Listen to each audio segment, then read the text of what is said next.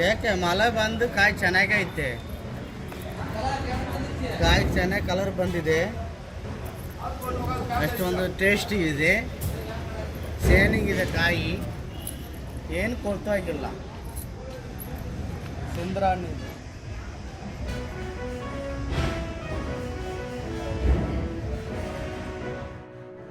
ನಮ್ಗೆ ಇಲ್ಲಿ ಇರೋದಕ್ಕೆ ಏನೋ ಅಷ್ಟು ಪ್ರಸಿದ್ಧಿ ಇರೋದಕ್ಕೆ ಬೆಲೆ ಸಿಗ್ತಾ ಇಲ್ಲ.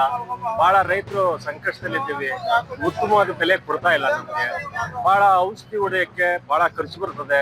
ಇವಾಗ ತೋಟಕ್ಕೆ ಬೆಲೆ ಬರ್ತದೆ, ಎಲ್ಲ ಕೂಲಿ ಖರ್ಚು ಲೆಕ್ಕ ಹಾಕಿದ್ರೆ ಬಹಳ ನಮ್ಗೆ ಸಂಕಷ್ಟದಲ್ಲಿದ್ದೀವಿ. ನಮ್ಗೆ ರೈತರಿಗೆ ಬಹಳ ಅನ್ಯಾಯ ಆಯ್ತಾ ಇದೆ. ಇದಕ್ಕೆ ಏನನ್ನ ಮಾಡಿ ನಮ್ಗೆ ಒಂದು ಪರಿಹಾರನ ಕಲ್ಪಿಸ್ಕೊಡ್ಬೇಕು, ಒಳ್ಳೆ ಬೆಲೆ ಕೊಡ್ಬೇಕು ಅಂತ ನಾವು ಹೇಳ್ತಾ ಇದ್ದೀವಿ.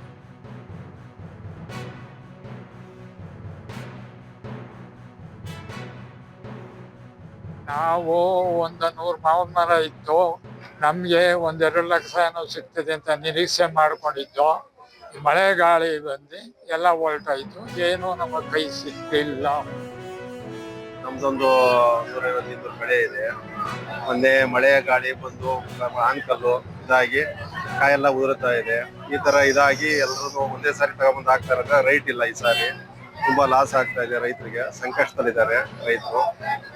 ಎಲ್ಲಾ ಕಡೆನೂ ಇದೇ ತರ ಇದೆ, ಮಳೆ ಗಾಳಿ ಮುಂಗಾರು ಮಳೆ ಇದ್ದಿದ್ದು ತುಂಬಾ ಲಾಸ್ ಆಗ್ತಾ ಇದೆ, ರೈಟ್ ಇಲ್ಲ ರೈತರಿಗೆ.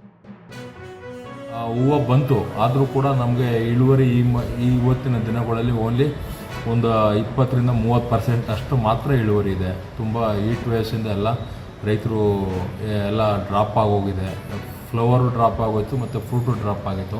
ಈಗ ಬಂದಿರತಕ್ಕಂಥ ಮಾವಿನ ಹಣ್ಣನ್ನು ರೈತರು ತುಂಬ ಅವರ ಒಂದು ಏನು APMCಗಳಾಗಿರ್ಬೋದು ಮತ್ತು ಬೇರೆ ಬೇರೆ ಎಲ್ಲೆಲ್ಲಿ ಮಾರ್ಕೆಟ್ ಇದೆ, ತಾವು ಬೆಳೆದಂಥ ಕ್ವಾಂಟಿಟಿಗೆ ತಾವು ಅದನ್ನು ಮಾರಾಟ ಮಾಡಬೇಕಾಗ್ತದೆ.